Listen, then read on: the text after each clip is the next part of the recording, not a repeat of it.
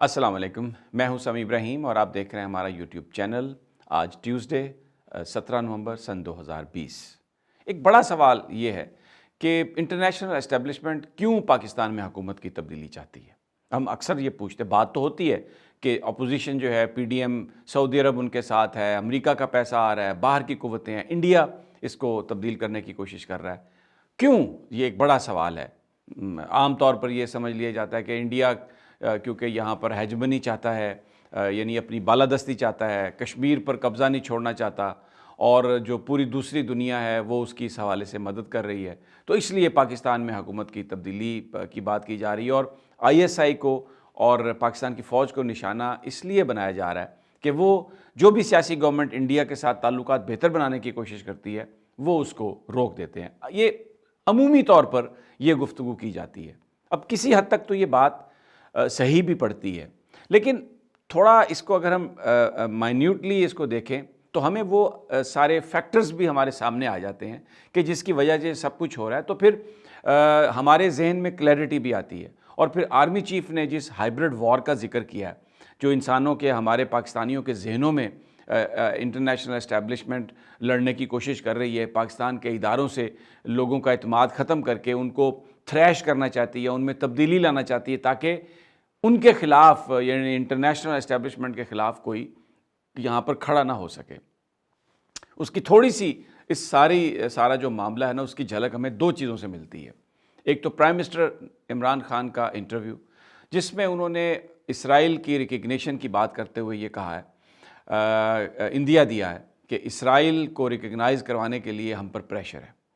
پاکستان پر pressure ہے، اور ان ممالک کا پریشر ہے جو پاکستان کے دوست ہیں، اور نام نہیں لیا اس میں۔ عام یہ بات کہی جا رہی ہے کہ امریکہ کیونکہ یہ چاہتا ہے پاکستان اسرائیل کو ریکگنائز کر لے، تو پھر امریکہ کی بات پاکستان تک کیسے آتی ہے؟ آج سے ایک دو دہائی پہلے یہ سب کچھ برطانیہ کی گورنمنٹ کرتی تھی، پاکستان کے ساتھ لنکیج ہوتا تھا، اور جو بھی امریکن فیصلہ کرتے تھے وہ برطانیہ کے ذریعے پاکستان کو ملتا تھا اور پھر ایگزیکیوشن ہوتی تھی۔ ابھی تھوڑا تبدیل ہو گیا۔ پرنس محمد بن سلمان کے آنے کے بعد سعودی عرب کا جو رول رہا، اور پھر ٹرمپ کے ساتھ جو ان کی کلوز ایسوسیشن ہوئی، اس کے بعد اس خطے میں جو بھی تبدیلی ہوئی، امریکہ اسلامی ممالک کے ساتھ انہوں نے یہ طے کر لیا کہ ہم سعودی عرب کے ذریعے بات کریں گے۔ اور اسی لیے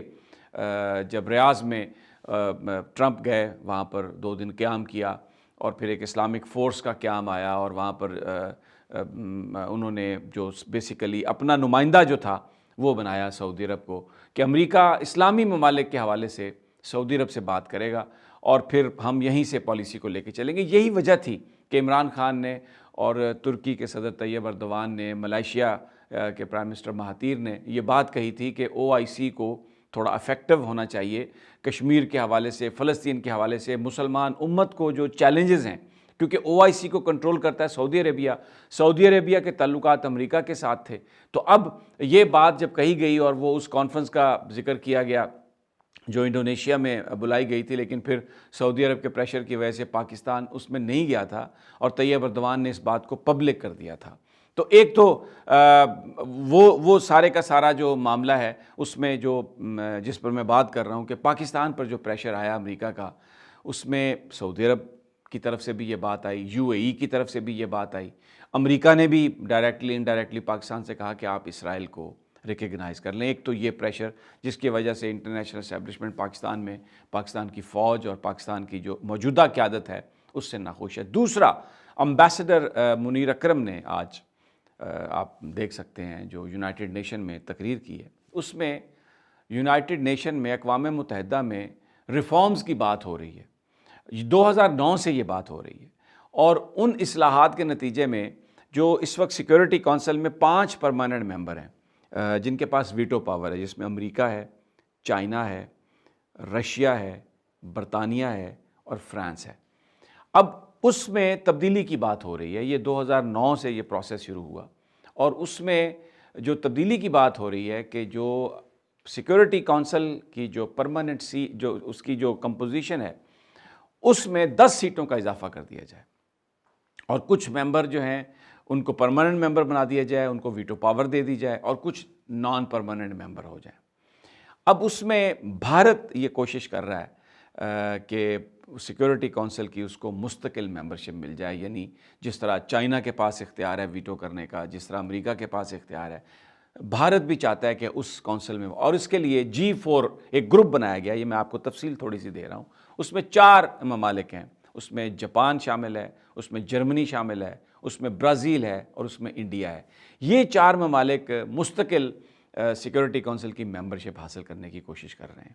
اور پوری اس حوالے سے انہوں نے کیمپین کی ہوئی ہے، اور ان کے ساتھ امریکہ ان کو بڑی سائلنٹلی ان کو سپورٹ کر رہا ہے۔ اب پاکستان کا اس موقف شروع سے یہ رہا ہے کہ جو بھارت کو اگر آپ پرماننٹ ممبر بناتے ہیں سیکورٹی کونسل کا، تو بھارت ایک ایسا ملک ہے جس نے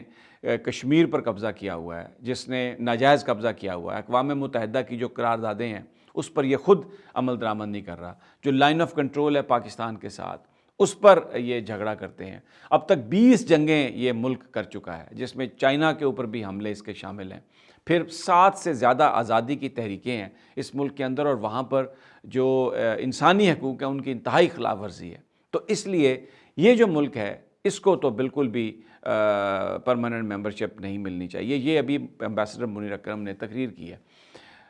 پاکستان نے جو اس ساری موو کو روکنے کے لیے انہوں نے ایک یونائٹڈ فار کنسنسس گروپ ایک بنا ہے، اس کو پاکستان اور اٹلی یہ لیڈ کر رہے ہیں، اس میں ایجپٹ بھی ہے، اس میں میکسیکو بھی ہے، اس میں کولمبیا بھی ہے، اس میں کینیڈا کی حمایت بھی شامل ہے، وہ بھی اس میں ہے۔ اور یہ شروع میں بنایا گیا تھا 1995 میں، پہلے ایک کافی گروپ کے نام سے بنایا گیا، پھر 2005 میں، پھر 2009 میں۔ تو ابھی پاکستان ایک بھرپور ڈپلومیسی کر رہا ہے اس وقت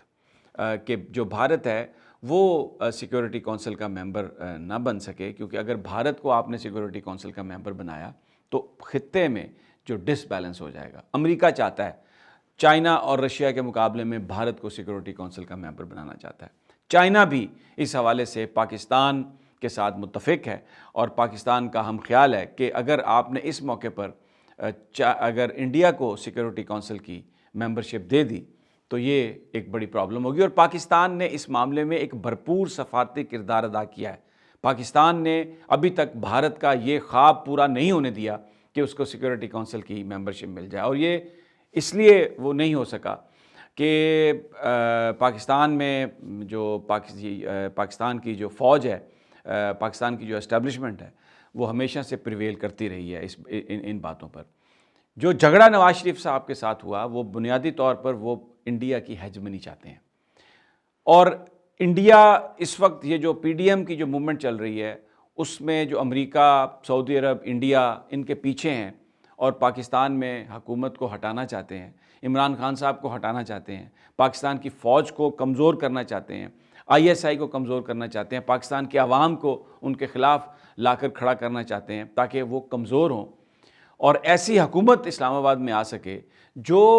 یہ جو اقوام متحدہ کی جو اصلاحات ہیں ان کی اپوزیشن ہی وہ ختم کر دیں، کیونکہ پاکستان ایک مین گروپ ہے، چائنا بھی پاکستان کے ساتھ ہے، یورپ میں اٹلی کو پاکستان نے اپنے ساتھ ملایا، اور کسی قیمت پر بھی وہ بھارت کو سلامتی کونسل کی ممبر دینے کے لیے پاکستان یہاں پر ایگری نہیں کرے گا۔ تو کیا اگر اسلام آباد میں ایسی حکومت آ جائے، آپ ذرا تصور کریں، جو بھارت کی سیکورٹی کونسل میں ان کی جو شمولیت ہے اس کو جو مستقل ممبر بنانے کی جو کوشش ہے، اگر اس پر اعتراض نہ کرے تو پھر تو بھارت کو، امریکہ کو کسی طرح کی کوئی پرابلم نہیں ہے۔ اب یہ ذرا تھوڑا سا میں آپ کو پیچھے لے جاؤں گا۔ کلبھوشن یادو والا سارا ایپیسوڈ آپ کے سامنے ہے۔ کلبھوشن یادو کا معاملہ عالمی عدالت میں نہیں جا سکتا تھا اگر پاکستان انکار کر دیتا، کیونکہ قانون کے مطابق دونوں ممالک، جو شکایت کرنے والا ہے اور جس کے بارے میں شکایت ہو رہی ہے، اگر وہ دونوں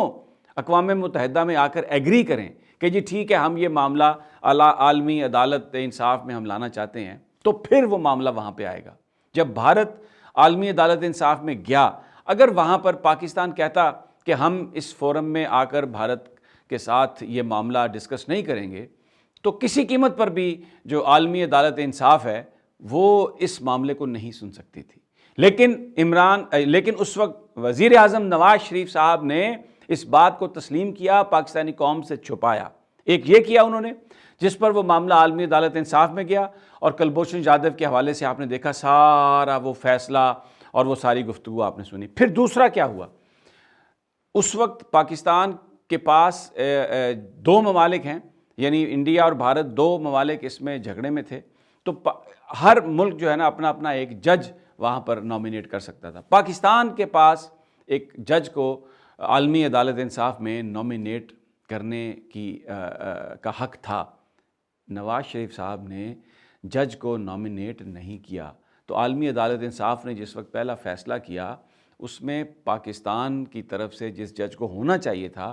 اس جج کی تعیناتی ہی نہیں کی نواز شریف صاحب نے۔ اب آپ دیکھیں ذرا، یہ ہیں وہ بیسیکلی جو وجوہات جس کی بنا پر جو انٹرنیشنل اسٹیبلشمنٹ ہے، انٹرنیشنل اسٹیبلشمنٹ دوسری جنگ عظیم کے بعد سیکورٹی کونسل کی صورت میں سامنے آئی۔ 5 ممالک اس دنیا کو کنٹرول کرتے تھے جن کے پاس ویٹو پاور ہے، آپ کو میں نے بتا دیا، چین، روس، امریکہ، برطانیہ اور فرانس۔ پھر after the fall of Soviet union, جب سوویت یونین ٹوٹ پھوٹ گیا تو سیکورٹی کونسل کا جو اسٹرکچر ہے وہ تو وہی ہے، لیکن بیسیکلی عملی طور پر ساری قوت جو ہے وہ ویسٹ کے ہاتھ میں چلے گی، امریکہ کے ہاتھ میں چلے گی۔ اب چائنا اٹھا ہے، میں نے کل اپنی ویڈیو میں آپ کو بتایا کہ اب ایک بہت بڑا ایک اکنامک ٹریڈ پیکٹ کیا ہے چائنا نے، جس میں امریکہ اور بھارت شامل نہیں ہیں، اور وہ اب 30 سے زیادہ ممالک ہیں، 2.5 ارب سے زیادہ پاپولیشن ہے، اور اس کو چائنا لیڈ کر رہا ہے جس میں تجارت ہوگی، اور چائنا اب ابھر کے سامنے آیا ہے۔ ان حالات میں یہ جو پاکستان کے اندر شور شرابہ ہے، پاکستان کے فوج کے خلاف، وزیر اعظم عمران خان کے خلاف،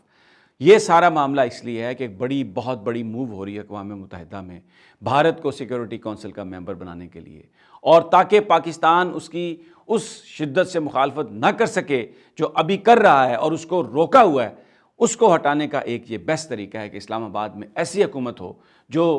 کوئی کمپرومائز کر کے بظاہر کسی طرح کا ایگریمنٹ کر کے بھارت کو سیکورٹی کونسل کی ممبرشپ میں لانے کی اجازت دے، اور وہ جو 2009 سے جو اصلاحات کا سلسلہ شروع ہے اقوام متحدہ میں جو اب تک نہیں ہو سکا، پاکستان نے یونائٹڈ فار کنسنسس گروپ بنایا اٹلی کے ساتھ مل کر، جس میں اور بھی بہت سارے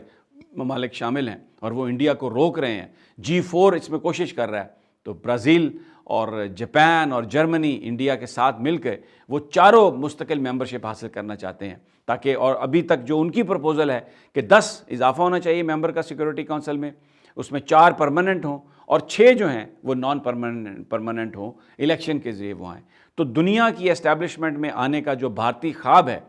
وہ پورا کرنے کے لیے بھارت کو ضرورت ہے کہ پاکستان اس کی مخالفت نہ کرے، کیونکہ پاکستان کشمیر کا مسئلہ اٹھاتا ہے۔ پاکستان کہتا ہے یہاں پر انسانی حقوق کی خلاف ورزی کرنے والا، پاکستان پر حملہ کرنے والا، اپنے ملک میں منورٹیز کے ساتھ یہ سلوک کرنے والا، آپ اس کو کیسے اقوام متحدہ کی سلامتی کونسل کا ممبر بنا سکتے ہیں؟ کیسے وہ انٹرنیشنل اسٹیبلشمنٹ کا حصہ بن سکتا ہے جو ملک خود اتنا بددیانت ہے، جو ملک خود اتنا ظالم ہے، اور کسی بھی جو اقوام متحدہ کی جو اپنے جو چارٹر ہے اس کی وہ خلاف ورزی کرتا ہے اور اس کی پابندی نہیں کرتا۔ تو یہ